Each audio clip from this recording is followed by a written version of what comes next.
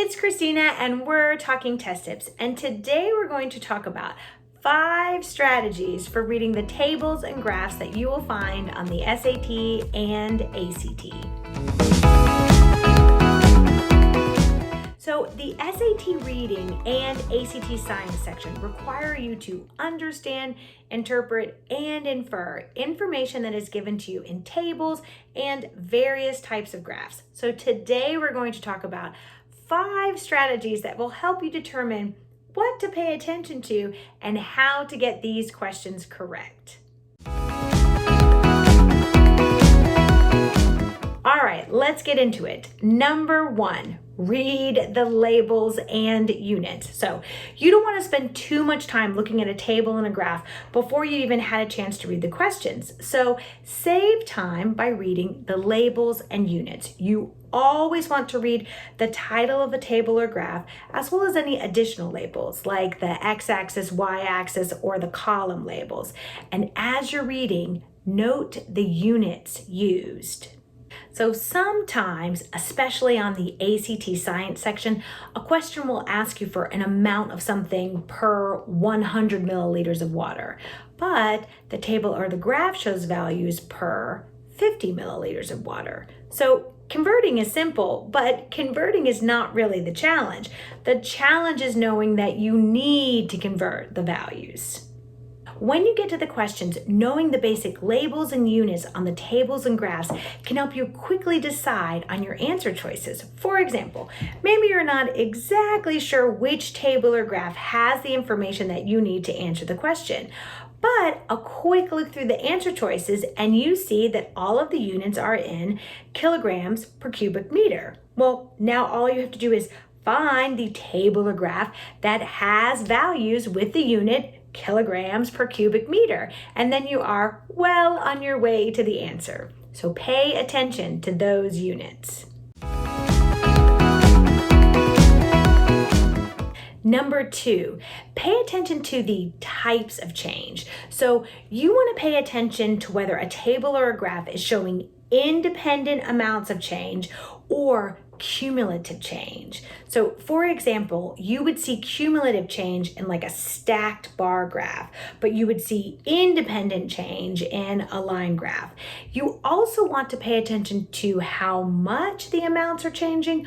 Often you will be asked to determine which something changed the least or the most. So keep in mind that a horizontal line, even with a higher y value, is showing something that is remaining constant or not changing.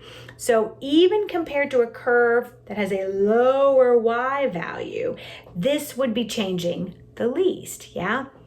Also, you want to remember that when a line or a curve increases or decreases rapidly, or has a greater slope or steepness, then this indicates that something has changed significantly. And keep in mind that when the question asks which whatever has changed the most, this could be increasing or decreasing. So don't ignore the lines or curves or values in the tables that are decreasing. These could end up representing the greatest amount of change. Number 3, compare the tables and the graphs. So remember, number 1, the reason you need to pay attention to those labels on the tables and the graphs is because sometimes you need to compare the information in the various tables and graphs. So you want to make sure that you take note of what is the same and what is different. So think about each of them like a paragraph. When you read, you should check in with yourself that you're understanding the main idea of each paragraph. Well, the same is true for data representation. So you look at that table or graph and you ask yourself, what is this showing me? Maybe one is a graph for experiment 1 and one is a table for experiment 2. So you ask yourself, what is different and the same from experiment 1 to experiment 2? And keep the questions broad, right? You want to think main idea, changes in variables or units, and keep your answer simple as well. And just like I say, you must only return to the passage with a clear purpose. Well, the same is true for a table and graph. You can stare at that table and graph all day long, but the information is not going to jump out at you. You need to be looking for something. Number 4, connect the information in the tables or graphs with what is in the passage. So maybe you are not sure what the something is that you are looking for in the table or graph. You do not have a purpose.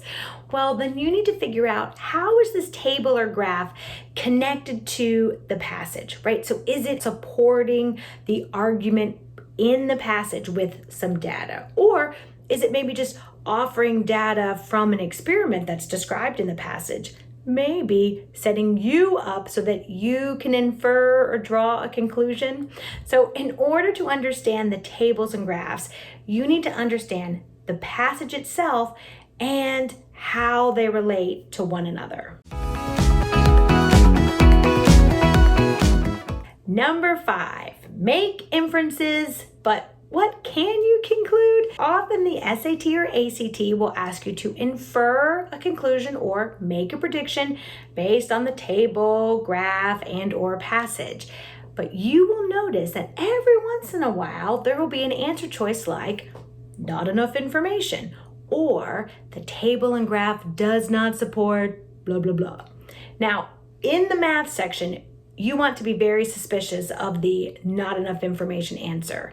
But when interpreting tables and graphs on the SAT reading and ACT science section, this choice is a valid answer, or at the very least, an equally possible answer. So, how do you know what you can conclude? Again, remember number 1, first you have to know what the table or graph is showing. Then number 4, how it relates to what is described or discussed in the passage. So based on both of these strategies, you ask yourself, is there a pattern or trend in the data that will allow you to infer or make a prediction, right? Does the data support what you're being asked to conclude or infer? For example, I recall an SAT reading passage that discussed public transportation, and in the passage it included a circle graph or a pie chart, and it showed the reasons why the people who were surveyed rode public transportation. So things like for work, because it's less expensive, I ride when my car doesn't work, it's good for the environment, things like that. But the question asked you to infer whether those percentages would change if the survey took place on the weekend instead of a weekday. But neither the passage nor the graph discussed how public transportation habits would change or stay the same from weekday to weekend. Thus, the graph did not support any ability to conclude or infer about weekend public transportation riding.